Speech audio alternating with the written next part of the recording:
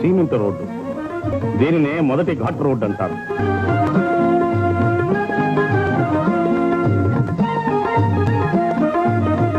సునాయాసంగా ప్రయాణం చేసి శీఘ్రంగా తిరుమలను చేరుకోవడానికై స్వల్ప ఛార్జీలతో ఏర్పాటు చేయబడిన దేవస్థానం వారి బస్సులు.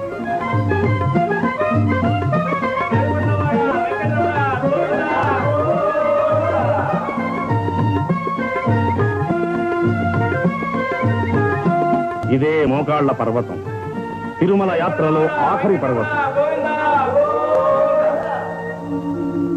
గోవిందనామస్మరణతో అలుపు సలుపు తెలియకుండా 7 కొండలు ఎక్కి తిరుమలను చేరుకుంటున్న యాత్రికి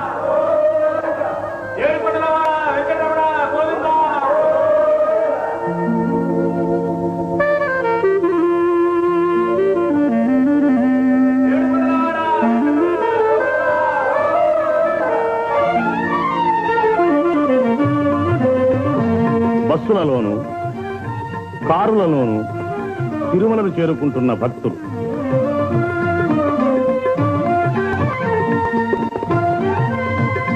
అనేక లక్షల రూపాయలు వెచ్చించి యాత్రికుల సౌకర్యం కోసం దేవస్థానం వారిచే నిర్మించబడిన సువిశాలమైన ధర్మశాలలు. దినదిన ప్రవర్ధమానమవుతున్న యాత్రిక సమూహానికి వసతి సదుపాయాలు సమకూర్చడానికై దేవస్థానం వారు ఎన్నో నూతన నిర్మాణాలు కావిస్తున్నారు. ఈ ధర్మశాలల్లో పేద యాత్రికులకు ఉచితంగా వసతి లభిస్తుంది. దేవస్థానం వారి ప్రథమ విచారణ కార్యాలయం.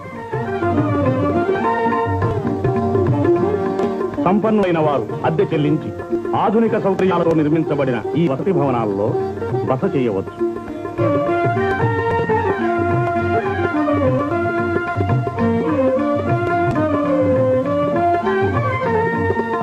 మైసూరు ప్రభుత్వం వాచే నిర్మించబడిన అతిథి భవనం.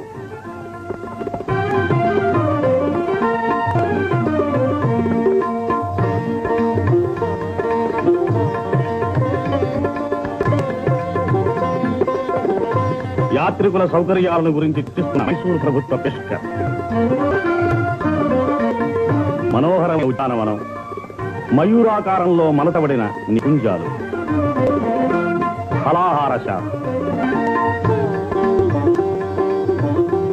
పటా విక్రయశాల, దేవస్థానం కార్యనిర్వాహక సంఘం, శ్రీ వెంకటేశ్వర స్వామి వారి దేవాలయము, గోవిందరాజస్వామి, కోదండరామస్వామి, కపిలేశ్వర స్వామి వార్ల దేవాలయములు, పద్మావతి అమ్మవారి దేవాలయము, వీరి పరిపాలనా బాధ్యతను రాష్ట్ర ప్రభుత్వంచే తీర్మానింపబడిన చట్టబద్ధమైన ఒక బోర్డ్ ఆఫ్ ట్రస్టీస్ వహిస్తున్నది. బోర్డు అధ్యక్షుడు శ్రీ రంగరాజు, ఎగ్జిక్యూటివ్ ఆఫీసర్ శ్రీ చంద్రమౌళి రెడ్డి ఆధ్వర్యంలో దేవస్థానం నిధులతో నడపబడుతున్న వివిధ విద్యా సంస్థల, ధర్మ సంస్థల పరిపాలన అతి సమర్థవంతంగా నిర్వహించబడుతోంది.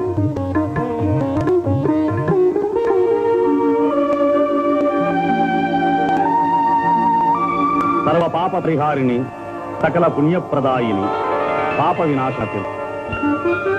ఈ పవిత్ర తీర్థంలో స్నానమాడితే సమస్త పాపాలు సమసిపోయి పునీతులవుతారు. కొండపై నుంచి దుముకుతున్న జలధార క్రింద స్నానమాడి పవిత్రులవుతున్న యాత్రికులు.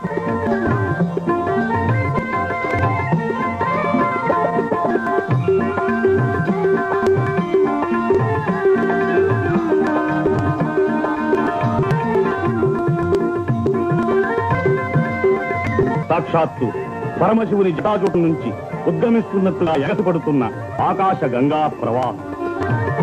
ఇక్కడ స్నానమాడితే 30 కోటి నదులలో స్నానమాడిన ఫలం లభిస్తుందని భక్తుల విశ్వాసం. గోగర్భ జలపాతం. ఈ జలపాతం నుంచే తిరుమల క్షేత్రానికి మంచినీటి సరఫరా జరుగుతుంది. నీటిని పరిశుభ్రపరిచే యంత్రం.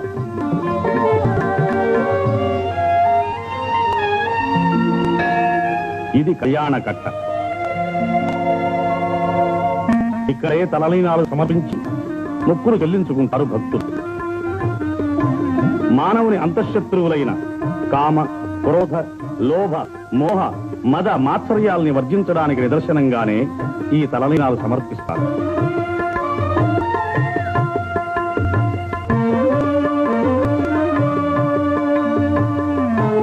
ఇదే స్వామి పుష్కరిణి. 30 కోటి తీర్థాలు ఇందులో కలుస్తుంది. దీనిలో ఒకసారి మునిగితే అనేక కోట్ల మాతృగర్భాలలో జనించిన భవబంధాల నుంచి విముక్తి నుండి పరిశుద్ధాత్ములవుతారు. అదే వరాహస్వామి ఆలయం. శ్రీనివాసుడు కలియుగాంతం వరకు వెంకటాద్రి మీద ఉండడానికి వరాహస్వామి నుంచి స్థలం పొందాడని, దానికి ప్రతిఫలంగా ప్రథమ దర్శనాన్ని, ప్రథమ నైవేద్యాన్ని వరాహస్వామికి శ్రీనివాసుడు ఇచ్చినట్లుగా ఇతిహాసం ఉన్నది. అందుచేత భక్తులు ప్రప్రథమంగా వరాహస్వామి దర్శించే వెంకటేశ్వరుని దర్శించడం ఆచారం. వేదములే శిలలై వెలసినది కొండ, ఏ దశ పుణ్యరాసులే ఏరులైనది కొండ, రాదిలి బ్రహ్మాది లోకముల కొనల కొండ, శ్రీదేవుడుండేటి శేషాద్రి కొండ.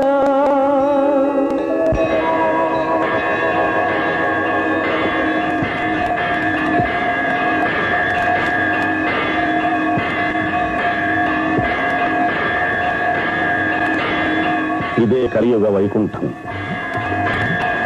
ఆత్మశంకరితుడు, అత్తజ బాంధవుడు, ఆపదముక్కులవాడు అయిన శ్రీనివాసు నివాసం.